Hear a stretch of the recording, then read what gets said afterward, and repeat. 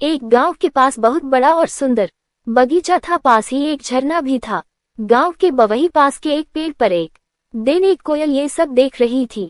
उसे देखकर कोयल कुहकुहाने लगी। कोयल की बोली सुनकर मोर को बहुत मजा आया। वह खुशी से अपने पूरे पंख खोलकर नाचने लगा।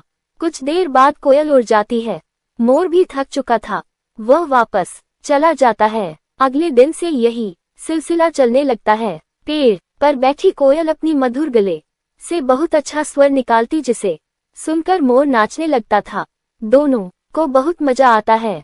कुछ ही दिन में कोयल और मोर दोनों दोस्त बन जाते हैं। एक दिन मोर कोयल से पूछता है, कोयल बहन, तुम इतना अच्छी आवाज में कैसे कुहा लेती हो? ये सुनकर कोयल कहती है, मोर भाई, ये सब तो ऊपर वाले की देन है। उन्होंने मेरे गले में इतनी मिठास भर दी है कि मैं जब भी बोलती हूँ मेरे कंठ से बहुत सुंदर बोली निकलती है। मोर को कोयल से जलन होने लगती है। वह सोचता है कि वह नाच तो अच्छा लेता है, अगर वह कोयल की तरह गाने भी लगे तो सब उसकी कितनी तारीफ करेंगे। काश कोयल का गला मुझे मिल जाए। इसी उधेड़बुन में वह नाचना छोड़ देता है। अब वह झरने के पास जाना भी बंद कर देता है। उधर कोयल हर दिन झरने के पास वाले पेड़ पर बैठकर कुहाती रहती थी, लेकिन मोर वहां नहीं आता। मोर का मन अब नाचने में नहीं लगता था। वह हर समय यही सोचता रहता कि कैसे कोयल की तरह गाने लगूं। वह कई बार कोशिश भी करता, लेकिन उसके गले से आवाज ही नहीं निकलती थी। कुछ दिन बाद कोयल भी उस पेड़ पर आना बंद कर देती है। मोर जब भी कोयल को देखता वह उससे बात नहीं करता था। उसे कोयल से नफरत हो जाती है। एक दिन मोर एक पेड़ की डाल पर बैठा था, तभी उसे कोयल के जैसी बोली सुनाई देती है। वह ध्यान से देखता है कि गांव की गलियों में एक आदमी बांसुरी बजाता हुआ जा रहा है। मोर ये देख कर बहुत खुश होता है। वह सोचता है, अरे वाह, ये तो कोयल से भी अच्छी आवाज निकाल रहा है। क्यों न मैं इनमें से एक बांसुरी ले लूं। वह डाल डाल पर उड़ते उड़ते बांसुरी वाले का पीछा करने लगता है। बांसुरी वाला एक पेड़ के नीचे आराम करने के लिए बैठ जाता है और अपना बांसुरी का थैला वहीं पास में रख देता है। मोर चुपके से पेड़ के पीछे से जाता है और उस थैले में से धीरे धीरे एक बांसुरी चोंच से खींचने लगता है। बांसुरी वाला गहरी नींद में सो रहा था।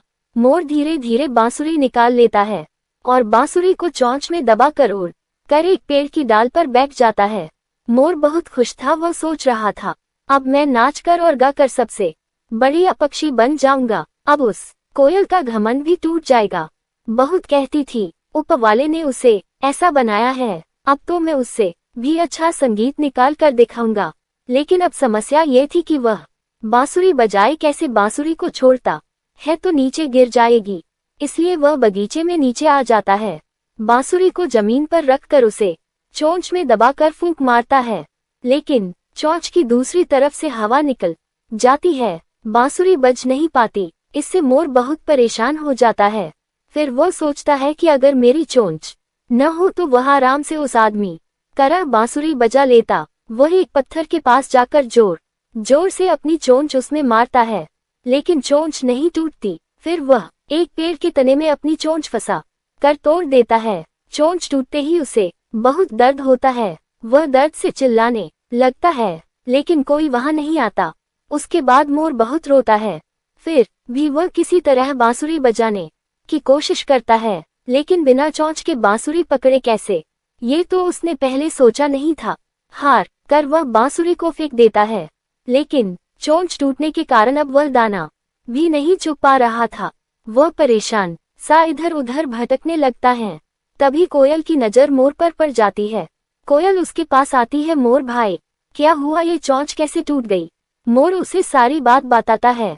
ये सुनकर कोयल उससे कहती है, भाई, मैंने तो तुमसे पहले ही कहा था, ईश्वर ने जिसे जैसा बनाया है वही ठीक है। तुम सोचो, अगर मैं नाचने लगूं को कैसी लगूंगी? ईश्वर ने मुझे काला बनाया, लेकिन आवाज बढ़िया दी। तुम्हें इतना सुंदर बनाया कि सब तुम्हें देखने को तरसते हैं। तुम्हारे जैसा रूप किसी पक्षी का नहीं है। मोर यह सुनकर रोने लगा। सही कह रही हो बहन, मैंने अपना नुकसान कर लिया। अब मैं दाना कैसे चुगूंगा? मैं तो मर जाऊंगा। कोयल बोली, भाई चिंता मत करो, जब तक तुम्हारी चोंच पहले जैसी ठीक नहीं हो जाती मैं तुम्हारे मुंह में दाना डाल दूंगी, लेकिन तुम्हें पहले की तरह नाचना पड़ेगा। दूसरों से होड़ न करके जो ईश्वर ने दिया है उसमें संतोष करें।